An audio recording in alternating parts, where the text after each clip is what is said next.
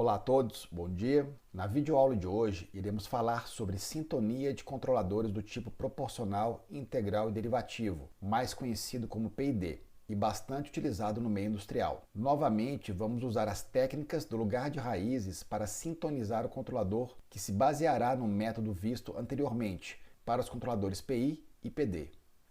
O controlador PID possui as duas ações importantes que vimos nos controladores anteriores, o efeito derivativo e o efeito integral. Com isso, os objetivos do controlador PID consistem em melhorar o desempenho em regime transitório devido ao efeito derivativo e eliminar o erro em regime estacionário devido à ação integral do controlador. Já a estrutura de um controlador clássico do tipo PID é GC de S igual a Kp mais Ki sobre S mais Kd vezes S, onde Kp é o ganho proporcional, Ki o ganho integral e Kd o ganho derivativo. Podemos reescrever esse controlador como sendo Kd vezes S ao quadrado mais Kp vezes S mais Ki sobre S. Podemos chegar numa outra formulação geral no formato zero, polo e ganho, do tipo GC de S igual a K que multiplica S mais ZC1 que multiplica S mais ZC2 sobre S, onde ZC1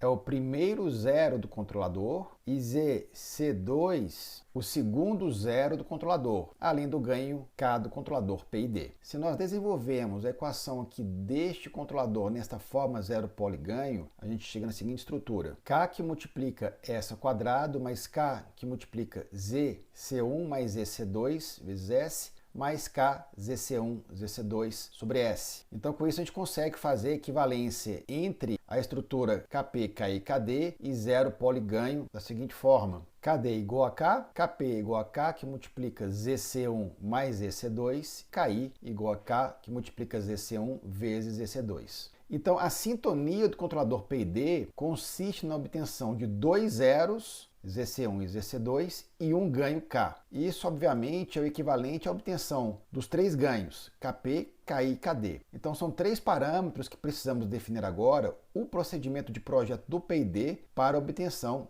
destes ganhos.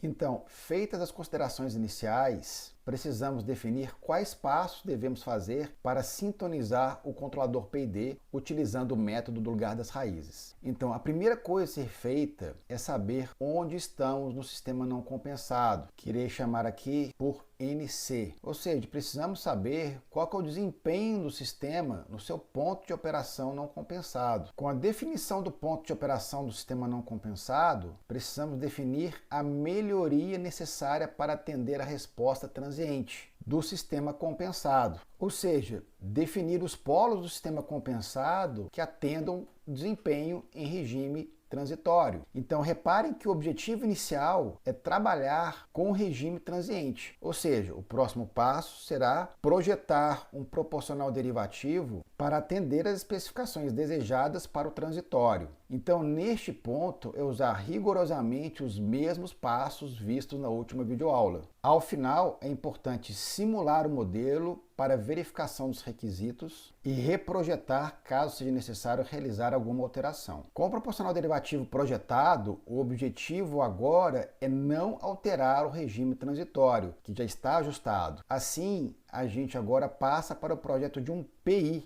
para atender às especificações em regime estacionário. Por isso que é muito importante o método que vimos para sintonizar um PI, no intuito de manter justamente o desempenho em regime transitório, porque agora nós vamos nos valer disso para, após acertado o transiente com o PD, manter esse desempenho no PI. Após projetado o proporcional integral, devemos simular o sistema junto com o PD para a verificação de todos os requisitos. Se estiver ok, ótimo, a sintonia já está finalizada. sintonizada. Se não, devemos reprojetar o controlador para encontrar uma outra sintonia que atenda às especificações. Resumindo, para projetar um PID pelo método lugar das raízes, primeiro se projeta um PD, atende o regime transiente e depois sintoniza o outro zero do controlador através do PI para atender o regime estacionário. Vamos então fazer um exemplo numérico para mostrar como obter a sintonia do PID através do método lugar das raízes.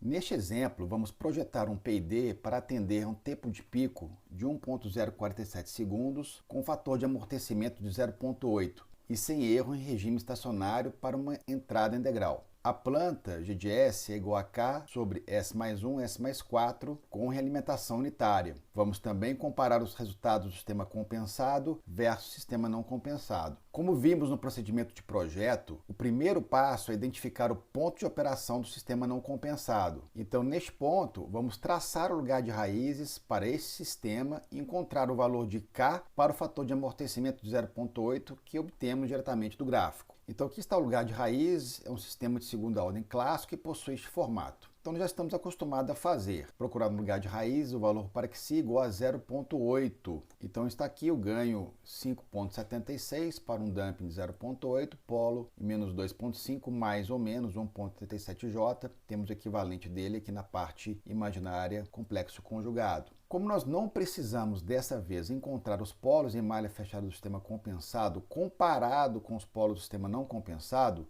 do tipo reduzir em x vezes o tempo de assentamento ou mesmo reduzir em y vezes o tempo de pico, não será necessário, neste caso, pegar estes polos aqui, para servir como base para a obtenção dos polos desejados do sistema compensado. Então, nesse cenário, nós vamos nos contentar em pegar somente o ganho K igual a 5.76. Então, aqui, o ponto de operação do sistema não compensado para fator de amortecimento 0.8 é KNC, índice de não compensado, de 5.76. Já o segundo passo é obter a especificação desejada em relação aos polos em malha fechada do sistema compensado. Para isso, precisamos ver quais são os requisitos do regime transitório. Para este exemplo, nós queremos um tempo de pico igual a 1.047 segundos, com um fator de amortecimento 0.8. Com isso, nós conseguimos calcular os polos desejados PD 1, 2. Polos desejados, complexos conjugados 1 e 2, igual ao sigma desejado do sistema compensado, mais ou menos J, que multiplica a frequência amortecida damping desejada. A especificação aqui é relativa ao tempo de pico. E nós sabemos que para um sistema de segunda ordem, ele vai ser igual a π dividido pela frequência amortecida. Logo, aqui a gente pode calcular a frequência amortecida desejada igual a π sobre o tempo de pico aqui da especificação 1.047. Então aqui vai ser π dividido por 1 sobre 0,47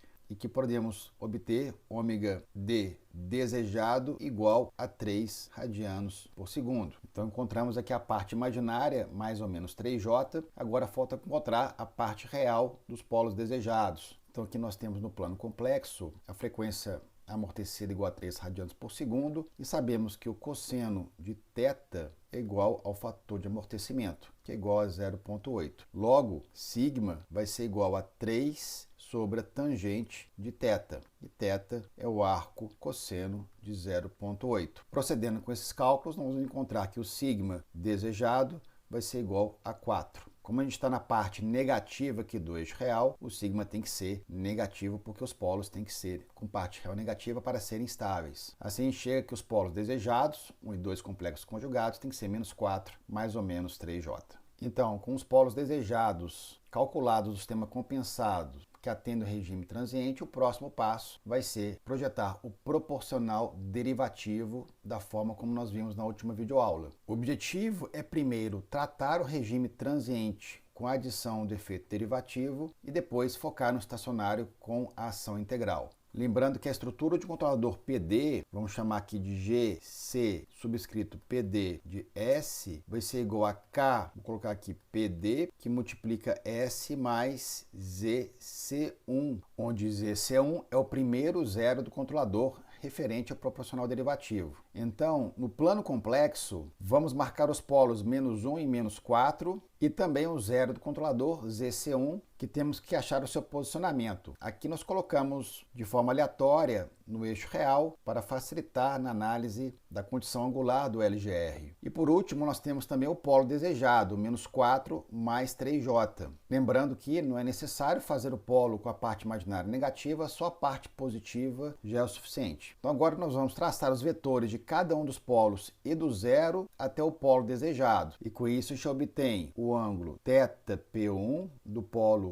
1, menos 1, θP2 do polo menos 4, o segundo polo, e θZC1, que é o ângulo do zero do controlador. Então agora vamos calcular cada um dos ângulos para fazer a condição angular do LGR. Sabemos que θP1 vai ser igual a 180 menos o arco tangente de 3 sobre essa distância, 4 menos 1. Vai ficar arco tangente 3 sobre 3, arco de tangente é 1, é 45 graus, então θP1 vai ser igual a 135 graus. θP2 está fácil de obter. Repare que o menos 4, ele é o polo do sistema aqui em menos 4, mas também é a parte real do polo desejado. Então o arco tangente aqui vai ser infinito. E visualmente dá para ver que, de fato, o θP2 vai ser 90 graus. Então, pela definição da condição angular do LGR, a soma dos ângulos deve ser igual a um múltiplo ímpar de 180 graus. Logo, θZC1 menos θP1 menos θP2 tem que ser igual a 180 graus ou múltiplo ímpar deste valor. Procedendo com os cálculos, a gente vai obter que θZC1 vai ser igual a 405 graus. Nós precisamos subtrair 360 graus para levar ao primeiro quadrante e a gente obtém um ângulo do zero igual a 45 graus. Então agora nós podemos calcular a posição ZC1, que vai ser igual a essa distância aqui, que é sigma desejado, menos 4, mais este valor aqui, de ZC até menos 4, que vai ser o quê? 3 sobre a tangente de 45 graus. A tangente de 45 graus é 1, então a posição ZC1 vai ser igual a menos 7. Então a posição aqui é menos 7. Na hora de fazer aqui do controlador, nós temos que o GCPD de S vai ser igual a KPD, que multiplica S mais 7. Aqui tem que ser mais 7 porque o zero